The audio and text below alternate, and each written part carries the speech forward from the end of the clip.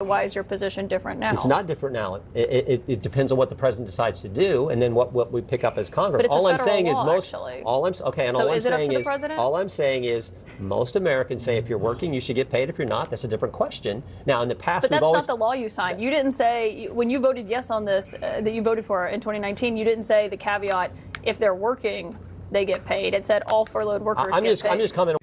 Hey guys, I'm Mike. And I came across this video from a while ago that's definitely worth revisiting.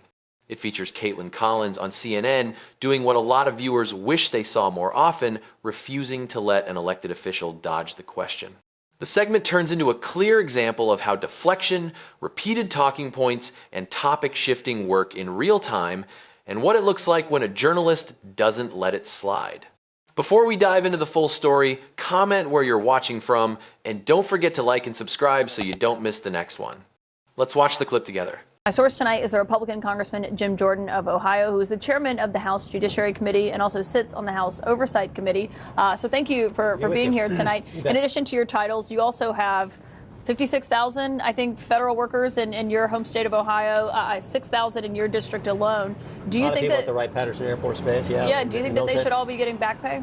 Well, I think people are working, certainly. I mean, the way, people who are furloughed who aren't essential, I think that's a different question. But the way to solve this is for Chuck Schumer to open the government, for Chuck Schumer to vote for what he did 6 months ago, and then you don't have to deal with this question. But where I come from, if the truck driver's not driving a truck, he doesn't get paid. If the guy who hangs drywall is not hanging drywall, he doesn't get paid. So I think that's a different question than certainly the people who are working every day during this shutdown caused by Chuck Schumer.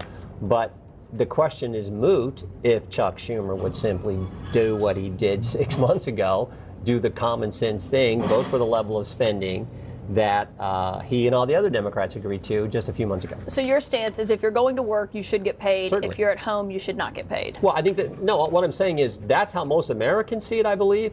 But it's a moot question if the Democrats will just do the right thing, if Chuck Schumer will just say, we're going to open the government. I voted for it 6 months ago. I mean, the real debate here But actually, is it a moot point? Because they've already gone 1 week without getting paid. And if you're someone who's furloughed, which is you're told not to come to work, you're not choosing not to go to work. And, some of these, 1 in 6 Americans lives paycheck to paycheck. And that probably includes federal workers. And Kaitlan, the easiest way for this to all get, the easiest remedy is the one that Chuck Schumer voted for 6 months ago. Open up the government. Open up the government. The real debate here is between Chuck Schumer and himself. 6 months ago, he picked common sense. Today, he's picking the radical left. 6 months ago, he voted for the level of spending. He won't do it today because, frankly, as we all know, he's nervous about the left, particularly AOC in a primary in a couple of years. So I want to talk about Chuck Schumer, debate. But this is actually a debate for these federal workers who have nothing to do with what's happening between Republicans and Democrats on Capitol Hill. They're caught in the middle of this, and they didn't bring on this shutdown. So why should they have to suffer and not get their back pay? They don't have to suffer. Chuck Schumer opens the government. If Democrats will open the government, if they will vote for, but if it opens tomorrow, they went a week without pay, right? And President, I think they get paid. But I think the president's saying if this goes on, maybe there's this question he's going to debate it, going to look at it. The other thing you got to keep in mind is, what are they supposed to do? A $37 trillion debt, and the Democrats refuse to open the government? What are they supposed to do? So I think that's the other thing you got to look at, and I think, frankly, that's how most, again, Americans who have common sense view the whole situation. Yeah, but the debt has been there. It's been a problem in past government shutdowns, and the president signed that bill in 2019 to restore back pay for all these federal workers then, and you voted yes on that, actually. And he may, in fact, do the same thing now. All I'm saying is, the easiest way to make sure this is not a concern for any people who are working or people who are furloughed, is for the Democrats to open the government. But actually, when the bill was signed back in 2019 during that last shutdown, it wasn't just for that shutdown, it was for future shutdowns, so federal workers wouldn't get caught in this dispute between Republicans and Democrats. Okay, fine. That's fine. That's what was signed back then. I think the same thing could happen this time. We'll see. But we know it's not a problem if the Democrats will do the right thing, the common sense thing, instead of saying, oh, I'm going to do what the hard left is demanding our party do, fight President Trump at every single turn. This is so darn simple. You voted for it 6 months ago. What's the difference now? Oh, I mean, I like what the vice president said. They're saying we're going to shut down the government because we're concerned about a policy difference that doesn't take effect for 3 months. Well, then open up the government. We don't have to worry about this question. So if your position is what they voted for 6 months ago, they should vote again for now, right? Well, yeah, I think it's pretty clear Okay, on funding the government. Okay, so you voted in 2019 that federal workers who are furloughed should get their back pay. So why is your position different now? It's not different now. It depends on what the president decides to do, and then what we pick up as Congress. But it's all a I'm saying law, is most. actually. All I'm okay, and so all I'm is it up saying to the is president? all I'm saying is most Americans say if you're working, you should get paid. If you're not, that's a different question. Now, in the past, but that's always, not the law you signed. You didn't say when you voted yes on this that you voted for in 2019. You didn't say the caveat if they're working, they get paid. It said all furloughed workers get paid. I'm just commenting on what the president said, and I think the easiest way to remedy this is what I've said now several times. Chuck Schumer, open up the government. Yeah, but I'm talking about what you voted for. So if your position is still then it's that furloughed workers who aren't going to the office and we may, in paid. fact, vote for that again, because I think it would take a change in the law to undo what. Okay, let's pause and talk about what just happened here, because this was a textbook example of how to handle a politician who refuses to answer a direct question. Kaitlan Collins just gave a masterclass in accountability journalism. Jim Jordan repeated Chuck Schumer 11 times in under 5 minutes. Yes, I counted, and that's not an answer. That's a talking point on loop.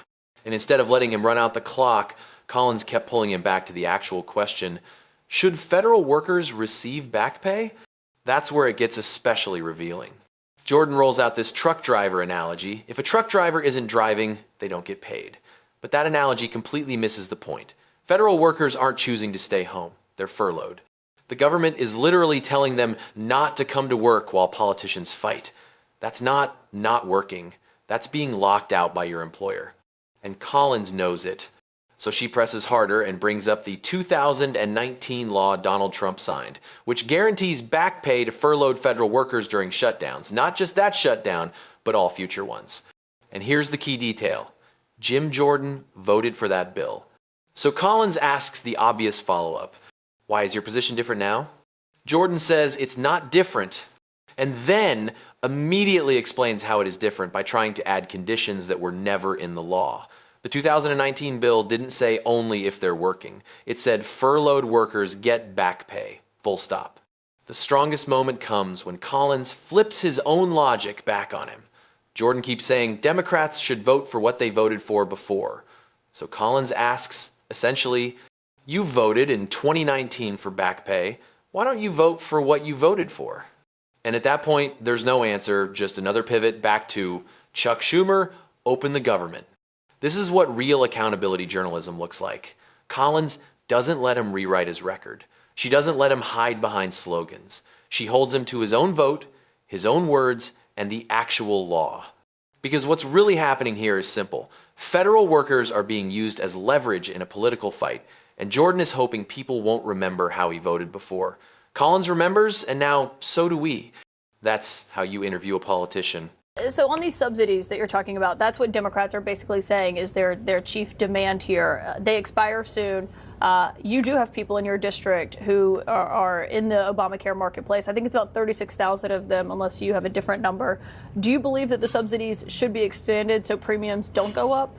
I think what we got to focus on is Chuck Schumer opening the government up, and then we can deal with that question. What I do know about Obamacare is everything they told us about Obamacare a decade ago when they passed this thing turned out to be false. They told us that, if you like your plan, you can keep your plan. They told us if you like your doctor, you can keep your doctor. They told us premiums will go down. I think the President Obama actually said premiums will go down on average $1,500. They were 0 for 4. Everything they told us turned out to be false. And then what they did back at the start of COVID, they said, we're going to expand Obamacare. Everything we told you about it was false, but we're going to expand it with this enhanced tax credit, this subsidy.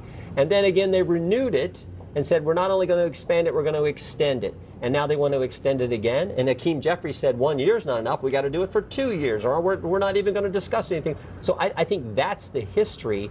And I think, again, yeah, most people in our district, most people in the 4th District of Ohio, most Americans around the country think that makes no sense. Let's figure out how we can do health care better for all Americans. Let's not keep subsidizing, expanding, and extending Obamacare when again, when you look at what they told us, it all turned out to be false. So you're against extending the subsidies? Yeah, I think that's a problem. I think we should look for other ways to improve health care for Americans, for families, and do it at a cheaper cost. What could you do in the next 3 months that would change Let's that? have that debate, but right now we can't. Senator Bernie Sanders, I think, would like to have that debate with you. He let's agrees have the that healthcare debate. system We're for is health broken, savings accounts. We're for empowering people. We're for catastrophic health plans, making it easier access to those. We're for all those things that we think empower people and patients, not insurance companies, not hospitals, we're for doing that, empowering people. Yeah, but Republicans who have wanted to get rid of Obamacare for so long, you're one of them. You said the subsidies before you believed were illegal. They have never introduced a comprehensive plan to replace Obamacare. So I think most Americans who are saying open enrollment starts November 1st don't have faith that you're going to change that in the next 6 weeks. So the remedy, so you think the remedy is just keep extending a program that has driven up premiums? No, I'm a asking program what the didn't change should meet be. any of the statements that the proponents of it made didn't come true, and we just need to keep expanding and extending and extending That's and not expanding. what I said. I asked what your replacement is, because I'm for all those. I'm for health savings accounts. I'm for easier access to catastrophic plans. I'm for all kinds of things that will help families actually have more control, more decision making in the process. And by the way, the subsidy, 40% of the people don't even use it, and the individual Americans don't know. It goes directly to the insurance company, and many of those people have never had a claim. That is a concern with how this thing works. So the Democrats' plan is let's extend it another 2 years. Well, that makes no sense. Let's have a debate on how we can do health care better. So that's true that it goes to the insurance companies, but that helps keep the premiums low because it pays off the balance, basically. And the concern, disagree or agree with the subsidies themselves, is that if premiums jump, people can't afford it. They don't have health care. And then the burden on people who are sick and need that coverage is higher. I tell you what the Democrats want. The Democrats want health care for people who are non-citizens. That's driving up health care costs too. Don't change the subject from the subsidies. No, the subject is you're talking about health care, and all I know is Maxine Waters said we want health care for illegal immigrants. But I'm talking about the subsidies themselves, every single Democrat presidential candidate back in 2020, they asked them, how many of you will support health care for people who are non-citizens, for illegal immigrants? Everyone on stage raised their hand. Kamala Harris raised her hand. Joe Biden raised his hand. Pete Buttigieg, they all raised their hand. That's what they're for. That's what they want here in this bill. But that's we went through all this with House Speaker Mike Johnson last week, trust me. But my point was on the subsidies themselves. You went through because that's their position, and we're opposed to that position. We don't think that's common sense. We don't think that's good for the country. We don't think that's the right approach. What we do think is we can have a debate on what's better for health care, but we don't think extending and expanding Obamacare and giving it to illegal migrants is going to help the citizens. How's that going to help the families I represent? To stay on the subsidies. Even people who are in Obamacare. Hold on. Did you catch that? Kaitlan Collins just told a sitting member of Congress, don't change the subject, directly to his face. And honestly, that moment says everything. Let me walk you through what just happened, because this is textbook political deflection, and Collins was not letting it fly. She asked Jim Jordan a very simple, very specific question. 36,000 people in your district rely on Obamacare subsidies. Should those subsidies be extended so their premiums don't double? That's it. Yes or no? Instead of answering, Jordan launches into a rant about how everything Americans were told about Obamacare back in 2010 was wrong. Okay, but it's been 15 years, so Collins follows up with exactly the right question. Where is the replacement plan? And this is where the issue really gets exposed. Republicans have never produced a comprehensive replacement for Obamacare. Not once. They've had over a decade. They controlled the House, the Senate, and the White House under Trump. If a plan existed, that was the moment. It never happened. Jordan then pivots to talking about health savings accounts and catastrophic plans. And this is important to understand. HSAs only work if you're healthy and have extra money to save. They do nothing for people living paycheck to paycheck or managing chronic illness. Catastrophic plans only cover emergencies, no routine care, no prescriptions, no preventive visits. That's not a healthcare system, that's a hope nothing goes wrong system. Then comes the key moment. Collins explains the real-world consequence. If these subsidies expire, premiums double and people lose coverage. And Jordan immediately pivots not to a solution, but to immigration. And that's when Collins shuts it down. Don't change the subject. Because that's exactly what he's doing. They're talking about 36,000 Americans in his district, and he's trying to redirect the conversation somewhere else entirely. Immigration, Democratic debates from years ago, Biden, Kamala Harris, None of it answers the actual question. Should your constituents lose affordable health care or not? Even after being called out, he keeps deflecting. And that tells you everything you need to know. When you don't have a defensible answer, you change the subject and hope no one notices. But Collins notices, and she doesn't let it go. And this matters because open enrollment starts November 1st. These aren't abstract policy arguments. These are real people trying to figure out whether they'll be able to afford insurance next year.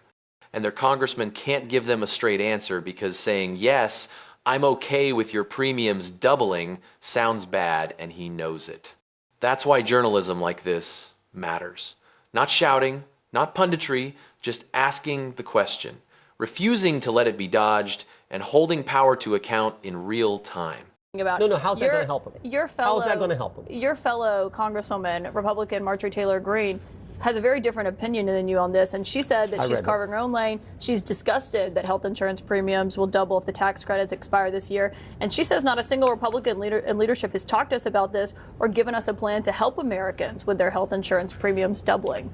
Is that true that no one in Republican leadership is having conversations about what to do about this? We are focused on getting the government back open right now, and Chuck Schumer is the impediment to doing that. Chuck Schumer is the one who's making this keep people from working, the potential that some of these furloughed people can't get back to work. He's the one doing that. He's the one who's raising this issue. Open up the government. We'll be happy to debate and discuss health care. But what is that? November 1st is open enrollment, so what does that look like? This policy doesn't kick in. This change in policy doesn't expire until the end December of the calendar 31st. year. Until the end of the calendar year. We got time to work with it. And that's we're happy to do that. We're happy to do that. But to me, the answer is not extending and expanding Obamacare, which again, everything we were told about Obamacare turned out not to be true. And the Democrats' position is we're going to extend it and expand it. I don't think that makes sense. If the government reopens tomorrow and these subsidies expire and they don't get extended, because you're not going to vote to extend them as you've made your policy clear right here. It depends. What do Americans do when their premiums go up? Depends on what other up? changes happen to health care that actually empower families, not empower government, not empower insurance companies. Are we going to expand the ability to health savings accounts, people to have better control of their health care, more catastrophic plans where they're much cheaper plans? Are we going to do those kind of things that I think are good for families or not? But Marjorie Taylor Greene says that Republican leadership is not having a conversation about what to do about that if these subsidies don't get extended. We have conversations about health care all the time in this town. It's like one of those issues we talk about a lot, and the Democrats always want more government, which leads to higher costs and I think reduced, not the same quality of care. So we're happy to talk about what happens in the future, but let's take one step at a time. Let's open up the government. Wait. Did Kaitlan Collins just use Marjorie Taylor Greene to fact-check Jim Jordan? Because that was low-key brilliant. And here's why this moment really matters. Collins brings up MTG, a Republican, a member of Jordan's own party who has publicly said she's disgusted that premiums are about to double and that Republican leadership hasn't given members any plan. MTG is literally out there saying, nobody's talking to us about this. So what does Jordan say? We talk about healthcare all the time in this town. Okay, then someone's lying. Either Jim Jordan is lying or Marjorie Taylor Greene is lying. They can't both be telling the truth. And honestly, I believe MTG on this one. Because if Republicans actually had a plan, Jordan would have said it by now instead of repeating health savings accounts for the 15th time. Then Collins asks the killer question. Open enrollment starts November 1st. What does that look like? That's such an important moment because this isn't theoretical. People have to enroll in November. They need to know right now whether their premiums are doubling. They need to budget. They need to make decisions for their families. Jordan's response?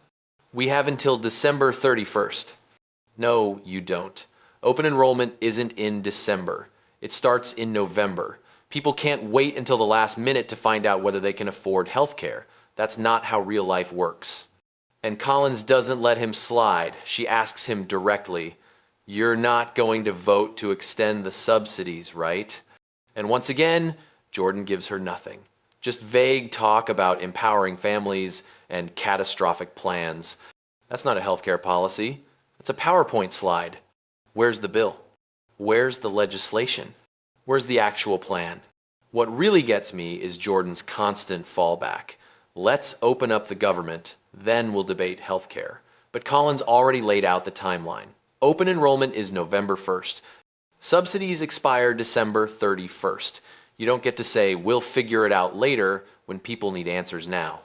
And the fact that Marjorie Taylor Greene, not exactly known for moderation or bipartisanship, is breaking ranks to say this is a real problem should tell you everything.